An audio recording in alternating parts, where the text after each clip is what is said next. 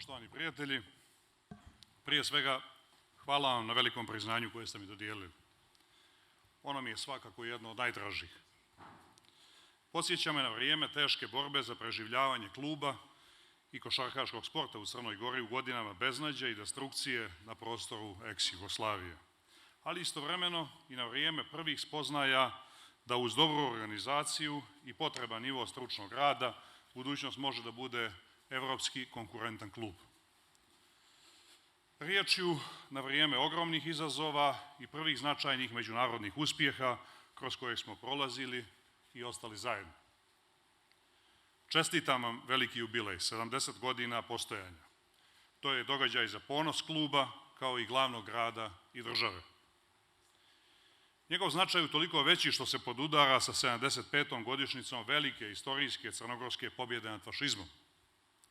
7 decenija košarkaškog kluba Budućnost simbolizuju obnovu crnogorskog imena kroz narodno-oslobodilačku borbu, ravnopravnost i uspon Crne Gore u periodu socijalističke izgradnje u jugoslovenskoj zajednici, kao i napredak naše nezavisne države nakon referenduma 2006.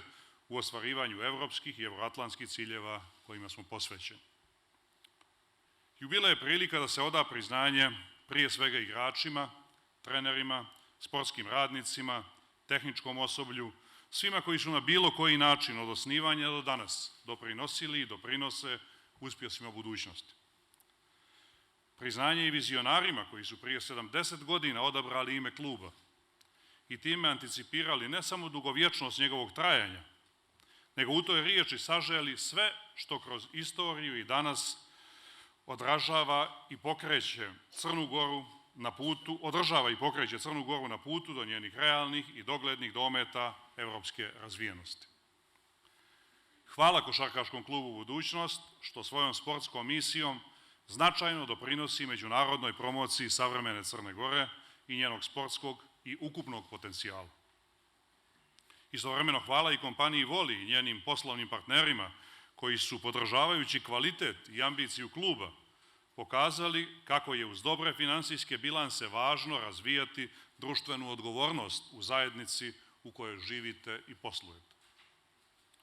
Ova budućnost metafora je nove Crne Gore, bez kompleksa inferiornosti, ne pristajući na stereotip da mali znači i slab.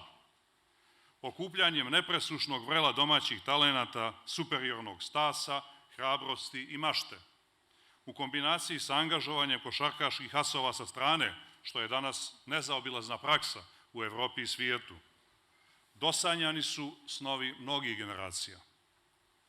Nastupimo u Euroligi i drugim evropskim takmičenjima, budućnost u košarci doseže evropske vrhove. Ono čemu generalno stremi Crna Gora da bude dio evropske porodice, razvijenih naroda i država, demokratsko društvo sa evropskim kvalitetom života za naše građane. U Morači su već pokleknuli Real Madrid i CSKA i Barcelona, ali i na strani snagu budućnosti osjetili su mnogi veći i bogatiji klubovi sa dužom tradicijom i bogatijom riznicom trofeja.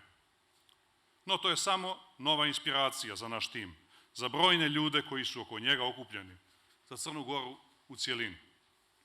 Jer kad kažete budućnost, kazali ste i Podgorica i Crna Gora.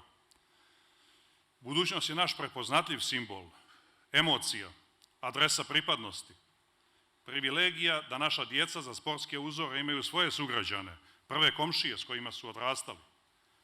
Crnogorski sportski brend, zaštitni znak države, klub privrženih, odanih navijača svih generacija.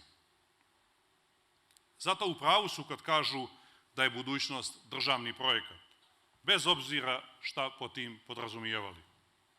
Da, to je klub koji ima podršku države i tako će i ostati.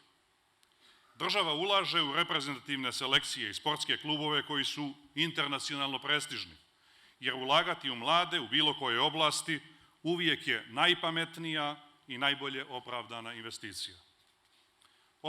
Obaveza je svih nas da budućnost i u budućnosti bude ponos i simbol Crne Gore. Kažu, ko u čuda vjeruje, taj čuda i stvara. Ja bih dodao, ko u sebe vjeruje, taj čuda i stvara. Budućnost je zato pravi primjer. Ne sumnjam da najveće pobjede budućnosti tek slijede.